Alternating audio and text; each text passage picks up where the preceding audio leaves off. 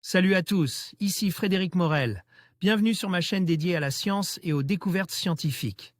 Si vous êtes passionné par l'exploration de notre univers et les avancées scientifiques, pensez à vous abonner. Aujourd'hui, on plonge dans un sujet fascinant qui repousse les limites de notre compréhension. Bonjour Allons-y. à tous et bienvenue sur ma chaîne.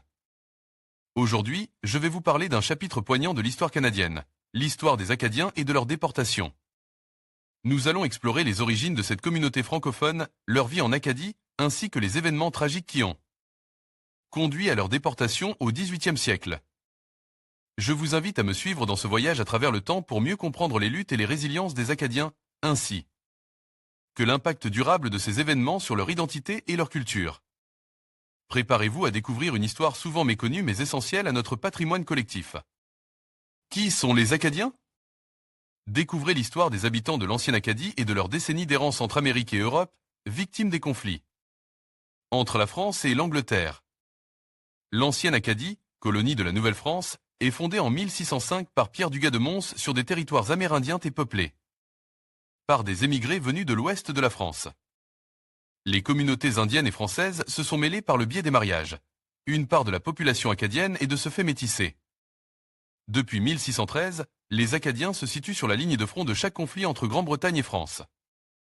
Ils réussissent à survivre en adoptant une attitude de neutralité réfléchie, refusant de prendre les armes pour l'un ou l'autre camp. En 1713, la France cédait définitivement l'Acadie, devenue Nouvelle-Écosse, à l'Angleterre par le traité d'Utrecht. Écossais, Irlandais et Anglais viennent s'installer sur la côte de la péninsule acadienne. Entre 1745 et 1755, un mouvement d'exode de familles acadiennes se produit vers l'île Saint-Jean, île du Prince-Édouard, territoire encore sous le contrôle de la France. Vue du port et ville de Louisbourg, Acadie, en 1731. Wikipédia comment la diaspora acadienne. En juillet 1755, le gouverneur anglais Lawrence oblige tous les Acadiens à prêter serment d'allégeance à la couronne britannique. La population d'origine française refuse et subit alors le grand dérangement. Lawrence prévoit de déporter systématiquement 7000 Acadiens français et catholiques dans 9 des 13 colonies anglaises. Du Massachusetts à la Géorgie. La Virginie, qui compte de nombreux émigrés protestants français, refuse d'accueillir les navires qui amènent 1100 réfugiés catholiques. Ceux-ci sont envoyés en Angleterre et traitent comme des prisonniers jusqu'à la fin du conflit franco-britannique, en 1763.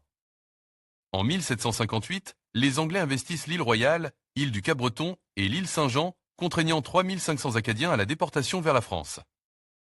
Une partie parvient à se réfugier à Québec et se fondera dans la population qui vit le long du Saint-Laurent. C'est en Nouvelle-France qu'il y a le plus fort contingent d'Acadiens à la fin du XVIIIe siècle. Une fois la paix signée en 1763, Louis XV doit faire face au double problème des réfugiés acadiens en France et de ceux qui se trouvent dans les colonies britanniques d'Amérique. Les Anglais poursuivent la colonisation de l'Acadie avec des colons de Nouvelle-Angleterre. Certains déportés retournent en Acadie britannique et parviennent à faire souche dans le Nouveau-Brunswick. D'autres déportés dans les colonies américaines rejoignent la Louisiane. Ils s'installent dans les bayous du golfe du Mexique et donnent naissance à la communauté des Cajuns, déformation de Cadiens. L'Acadie en 1754. Wikipédia Commons, domaine public. Que deviennent les déportés acadiens? En France, une première solution consiste à peupler les colonies que le roi a conservées à la signature du traité de paix franco-anglais. De 1763, des familles acadiennes sont envoyées vers Saint-Pierre-et-Miquelon, les Malouines, la Guyane et Saint-Domingue, actuel Haïti. Le roi promet aux réfugiés qui arrivent en métropole de leur fournir des moyens de subsistance, en attendant de leur trouver des terres à cultiver disponibles. Cette aide royale est une pension individuelle que chaque membre d'une famille, enfants compris, reçoit pour la nourriture et le logement. Ce sont environ 4000 Acadiens réfugiés dans le royaume qui perçoivent cette aide et elle sera maintenue jusqu'à la Révolution. Les projets d'installation, dans le Poitou, en Corrèze, en Normandie, en Corse. Sur des terres de qualité médiocre visent à exploiter les Acadiens et sont voués à l'échec. À partir de 1765, quelques familles réussissent à se fixer définitivement sur Belle-Île-en-Mer. Une autre expérience d'implantation mal préparée a lieu près de Châtellerault en 1773. Plus de 1450 réfugiés acadiens, 362 familles, sont déplacés en Poitou pour devenir agriculteurs. Seule une vingtaine de familles feront souche. Acadie, site de Miramichi, golfe du Saint-Laurent, établissement français détruit par les Anglais en 1760.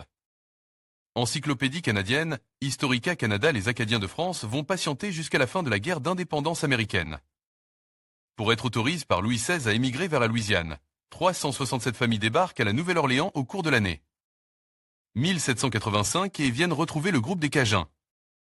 Après 30 années d'errance entre Amérique et Europe, de 1755 à 1785, il subsiste encore un millier d'Acadiens dans le royaume de France qui vont progressivement se fondre dans la population des régions d'où leurs ancêtres étaient partis au début du XVIIe siècle. En conclusion, l'histoire des Acadiens et de leur déportation est un chapitre tragique mais essentiel de notre patrimoine collectif. Ces événements ont non seulement façonné l'identité acadienne, mais ont également laissé une empreinte indélébile sur la culture et l'histoire du Canada. En nous souvenant de ces épreuves, nous honorons la résilience et la détermination des Acadiens à préserver leur héritage. Il est crucial de continuer à raconter cette histoire pour que les générations futures puissent comprendre et apprécier la richesse de cette culture unique.